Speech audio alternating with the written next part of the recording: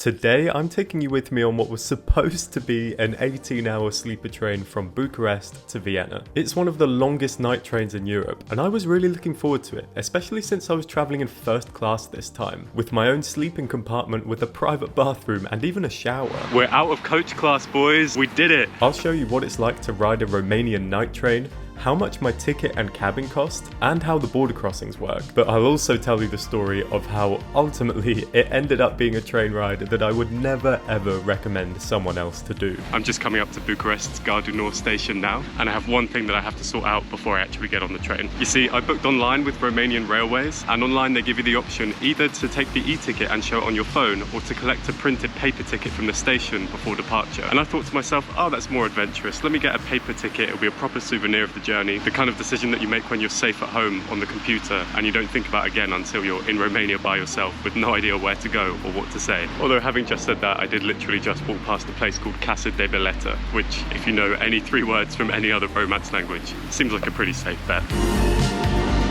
Can I please pick up an online ticket? No? Okay. Okay, that was a no. Undeterred, I briefly considered stopping to buy a book from this vending machine before trying another window. When? Bucharest when? Wien? Huh? Vienna? Vienna office 1. Oh, office 1. Oh. International. Thank you so much. Thank you. There we go. If you please, I'm from India. Okay, no problem. Thank you. Having thoroughly read and understood what I was signing here in Romanian, Your ticket. thank you very much. I was finally rewarded with my paper tickets to Vienna. Haha, it is on. A little bit of advice: if you're picking up train tickets that go to another country, go to the window with the big yellow sign saying international rail tickets. My train just about squeezed onto the bottom of this board in time for me to go and see it arrive on platform 13, which, looking back, I probably should have taken as a bad sign.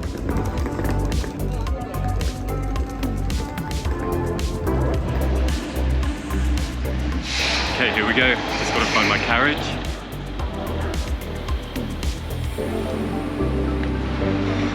The sleeping carriage. Just gotta find my room now. 21.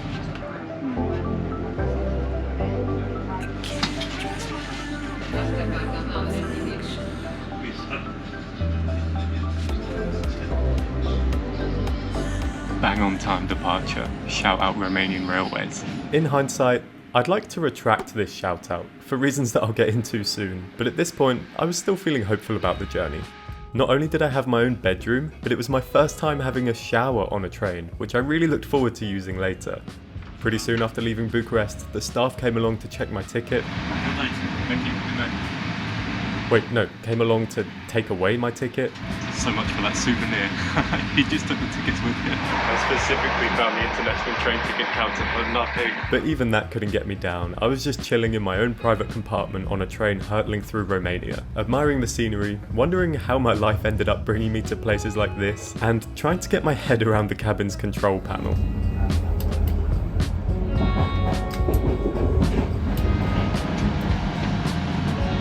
We were treated to a great view of the mountains coming into our first stop in Brasov, where we pick up a few passengers, including a new English accent that I suddenly heard floating around my carriage. Upon investigation, I actually found out that I was randomly taking the exact same Romanian train as someone who grew up just across the water from me back home. Naturally, as Englishmen, we headed off to celebrate this coincidence, taking us on a long journey right down the train, past the shared sleeper rooms to this tiny bar, where I forgot how wine works before ordering on a hot day. Oh mate, it's warm. I didn't think about that. But it was okay.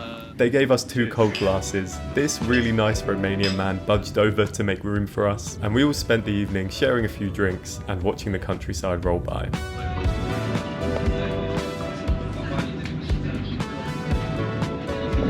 I think he did that as like a hobby project. Until the wine ran out, the sun went down, and we all stumbled back to our rooms, where I realised that I was faced with a dilemma. But right now it's 11 PM. We haven't even left Romania yet. So because the border crossing from Romania into Hungary is actually a non-Schengen one, I knew that unlike a lot of the border crossings in Western Europe, we'd actually have to show our documents and get stamped out of Romania and then get stamped into Hungary, which all left me struggling to answer these 2 main questions. When should I go to sleep? And when should I shower? Seeing as I wanted to deal with the border guards neither half asleep and horizontal, nor naked and soapy, there didn't seem to be a good time to do either. I had actually been told by the staff on the platform that we should reach the border just after midnight, so at this point I opted to just sit up and wait. And wait. And wait. And wait. With the border still not in sight, and any hope of this train running to schedule seemingly vanished into thin air, I changed my mind and committed to taking the risk. I guess now is as good a time as any to try out the shower. Let's see, this will be my first ever time showering on a train.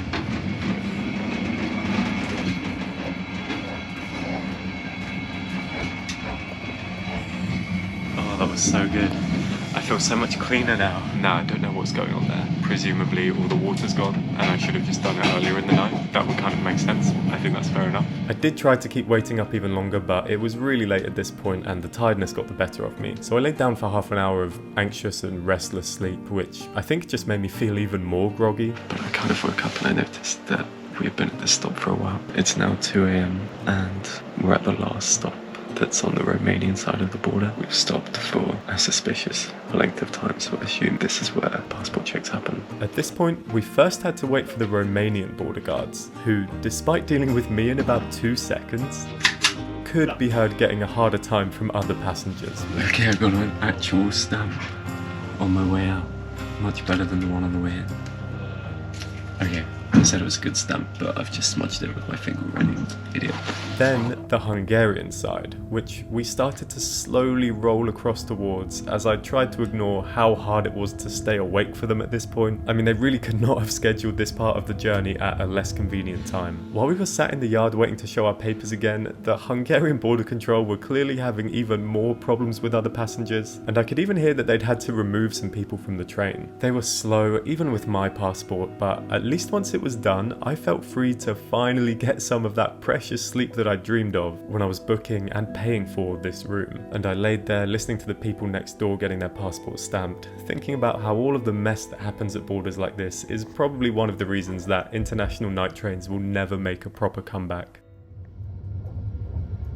This time I think I had the privilege of getting about maybe 1.5 hours sleep, bringing my total to a lovely 2 hours for the night before waking to the early summer sun and a stern knock at the door. This time it was the train guard who'd actually checked/stolen my ticket earlier. Good news, he was giving the paper ticket back to me. Bad news, it was because they decided not to take us to Vienna anymore and would rather kick us all off in Budapest, where we'd arrive in 15 minutes. The train was being cancelled mid-journey, without explanation or refund. We get dropped in Budapest and have to make our own way home. I guess my ticket is still valid as far as Vienna. I guess when you do a weird long journey like this, there's just a lot of room for things to go wrong.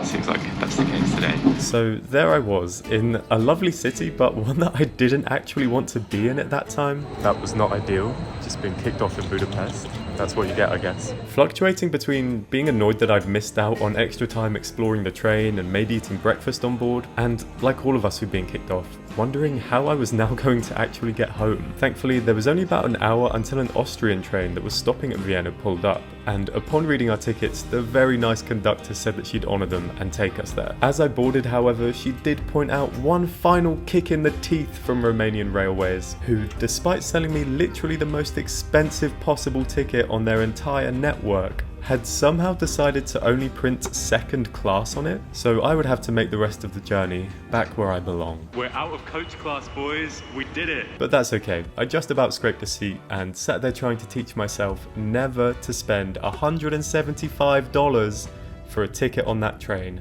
ever again, until I did eventually arrive. Okay, Vienna in the end, one way or the other. Which allowed me just enough time to get lunch with my friend Adam, who lives in Vienna, so I could tell him the whole pointless tale of how I paid all that money for a train ticket in a private cabin with a bed that I didn't properly sleep in, a shower that didn't work, and a destination that it didn't take me to.